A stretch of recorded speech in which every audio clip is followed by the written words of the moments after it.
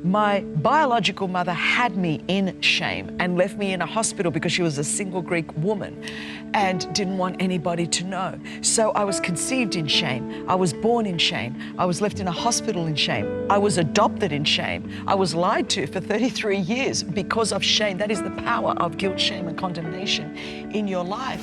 A21, this walk for freedom, it is now really a global thing that you're stewarding over. We're going to get into a lot of that. But if you would kind of give us the background, the why maybe that this whole thing happened. Some of your story from your past, I think, is a really great setup for this. Oh, yeah, it's so interwoven. You know, Matt, I'm so excited. This weekend, it's like the highlight of our calendar because it is the way that the most amount of people around the world are activated to actually do something because everyone wants to do something. You know, this whole story goes back to 2006 or 7 when I was standing at a carousel in Thessaloniki, Greece. And of course, I love Greece, I'm Greek. And as I was standing there, I was seeing all of these posters of these missing women and children. And I was freaking out because there were so many of them. I had just given birth to my second child, Sophia Joyce, and named after Mama Joyce, of course. And so as I was looking at the names of all of these children, and of course I just had my second child, I was 40 years old, very hormonal. And so I'm already emotional. I see this little girl and her name is Sophia. And this is the moment where I can say A21 was birthed. I went from looking at someone else's missing child to seeing my own daughter. And you know, when you look, you can look away. When you see, you can never unsee. That's what happened. And what I didn't realize is not only was I seeing my own daughter, but I was seeing potentially someone that could have been me. And you know, so many of you watching today may have a story somewhat like mine. I found out almost this week, I'm talking to you tonight, and it was 22 years ago this week that I received a phone call from my brother, George. And George had told me at the time, he was 35, I was just about to turn 33. And George was weeping and he said, Christine, I just got a letter from the government and it says I've been adopted. Now, you'll know, when you're growing up, if you always tell your siblings, we are not related. Yeah, you're adopted. Mother is from us. We are not adopted. But when your sibling actually calls you and says, you are, I've been adopted, suddenly I got so defensive. I'm like, no, you haven't been adopted. Call the government. And in Australia, this particular government department is the Department of Community Services. I said, call them. Tell them they've made a mistake. Anyway, he calls me back about 10 minutes later, sobbing. And he said, Chris, they told me the name of my biological mother, my biological father, where I went to school, when I was immunised. I mean, I thought I was listening to a movie. Like, this is not real. And he said, Chris, I'm going to go and confront Mum. And I don't know if you know anything, you guys, about Greeks.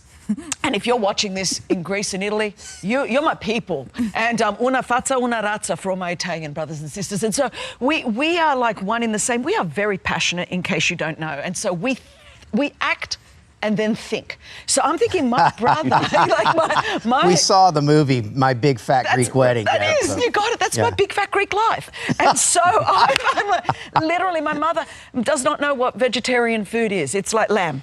You have lamb because it's vegetarian. And so anyway, that's another story. But my brother is going to my mother's house to talk to her about this. My father had died when I was 19 from cancer. So my mum was alone, 61 at the time. My brother goes to my mum's, I jump in the car, I drive to my mother's house, I get there just at the moment that my brother is giving my mother this piece of paper from the government.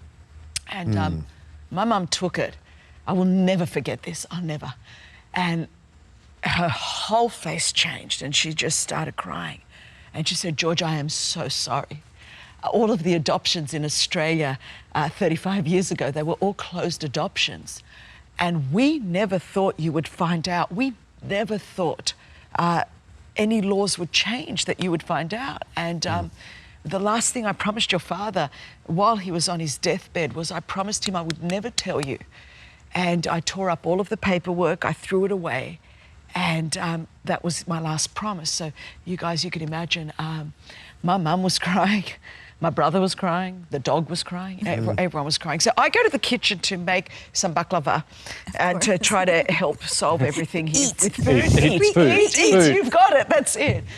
And my mother walks in behind me and she says to me, in Greek, we speak Greek, Christina, since we're telling the truth today, would you want to know the whole truth? I froze. I just froze. And I turned around. I don't even know. I said, I've been adopted too. And with tears streaming down her face, she just said to me, yes. And I just froze, you know. And the very first thing I said to my mum, the first thing I said was, am I still Greek? I just like, because, you know, I've called a lot of names at school for a lot of years, and I thought, okay, am I still Greek? But then the very next thing, and this is going to be so important for someone to hear this today, the next thing that I said to my mum right there in the kitchen, I went, oh, well, Mum, before I was formed in my mother's womb, whose ever womb that was, God knew me. And he knitted together my innermost parts. And I said this out loud. And my mother was, you know, not a believer, and my family weren't believers, but I said, you know, he fashioned all of my days before as yet there was one of them. It was like Psalm 139 came out of my spirit. Wow. I am fearfully and wonderfully made. And I need you all to know that day, every fact that I thought to be true about my life, what my name was, what my heritage was, what my history was, it all changed. And today I'm talking to you at the other side of the screen, and this might be some of your story. I don't know if my conception was the result of a rape. I don't know. I don't know if it was the result of a one-night stand. I don't know if there was an ongoing adulterous affair between my biological mother and my biological father. I don't know who they are. But what I do know is that there is a force on the planet that's much higher than the facts. The facts might say that I was the result of an affair or a rape, but the truth in Ephesians 2 verse 10 says that I am God's workmanship and that I've been recreated in Christ Jesus for good works that God prepared beforehand, that I should walk in them. Now, I need you to know this. I'm the kid.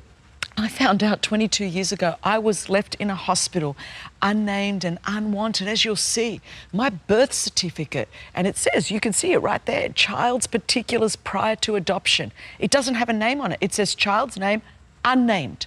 Imagine on your birth certificate, typed in is the word unnamed, number 2508 of 1966. Not a name, just a number. And numbers are numbing, numbers are dehumanizing, numbers are desensitizing. It is so easy to ignore suffering when it's nameless, when it's faceless. So not only was I left in a hospital unnamed and unwanted when I was born, but I grew up the daughter of Greek immigrants, because back then in Australia, you had to adopt the same religion and the same nationality. And because I was born, my biological mother was obviously Greek and Greek Orthodox, I had to be adopted by Greek people and Greek Orthodox. Now, you have to know, and anyone that's watching this around the world, particularly from that region of the world, there is a huge shame that is associated with not being able to have children. And so my mother that adopted me carried that shame because she couldn't have biological children, although she did later down the track. My younger brother was a biological child from my family.